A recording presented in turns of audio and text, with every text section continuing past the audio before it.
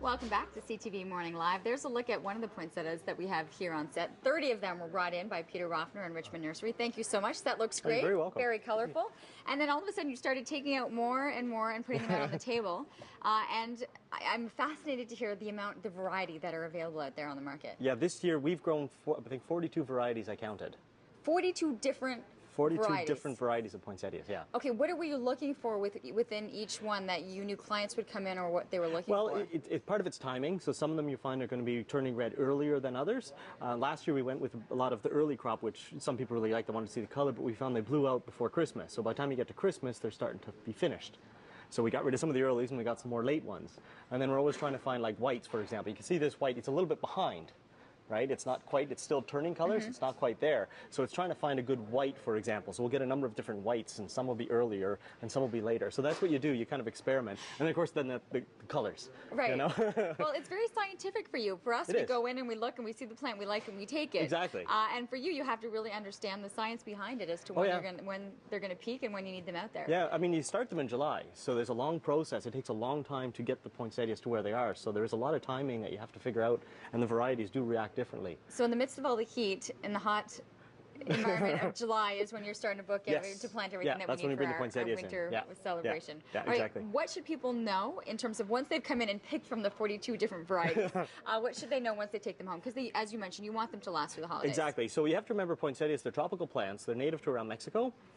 They don't like drafts. They don't like cold. They don't like drafts. So if you take a poinsettia home, first of all, it has to be sleeved. Never take a poinsettia home out in the cold. It's going to be very, very ticked off at you. So have it sleeved.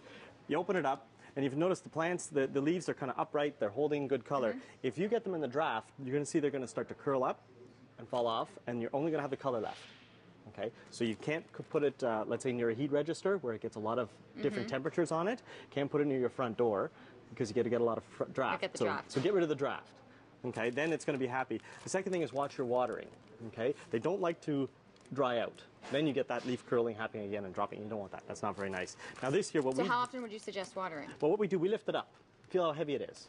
So this year we've actually changed our soil we use, which is, another part of the science, right? Science. We changed the soil we use, and we're finding for us in the greenhouse, it's a little bit trickier to water, but they're staying wet a lot longer, which means it's going to be much easier in the house to take care of them.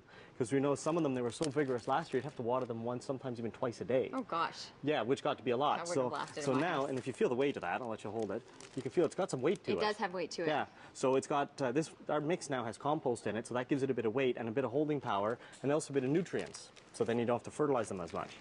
So this is not something, I mean, we're using it as decor everywhere, but this is around the house in well-placed areas where you're not going to get the draft, you're not going to get the cold from opening and closing doors. Yeah, it's basically draft. Keep it away from draft.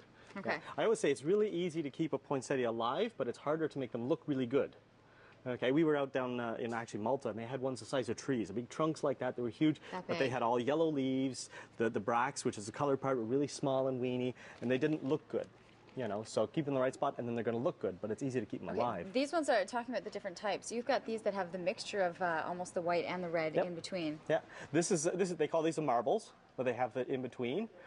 This one we call white glitter, which I think is one of the most beautiful ones. Yeah. It tends to be short, so he's in a smaller pot. You know, that's another one. And then you get some of the really dark colored ones. You know, the deep, rich colors. The variety. You know, we see them in bulk, and it's like, oh, they all seem to look alike. Oh, but they really, really don't. Oh, yeah, in bulk they do, and they again, most places plan it for production. Let's get them close together and kind of get them out. We look for the variety and the overall health of the plant. Well, it's like the Christmas rose. I take it there's tons and plenty available, and if you have questions when you're picking yours up and you're doing all the tests and lifting and everything that you know.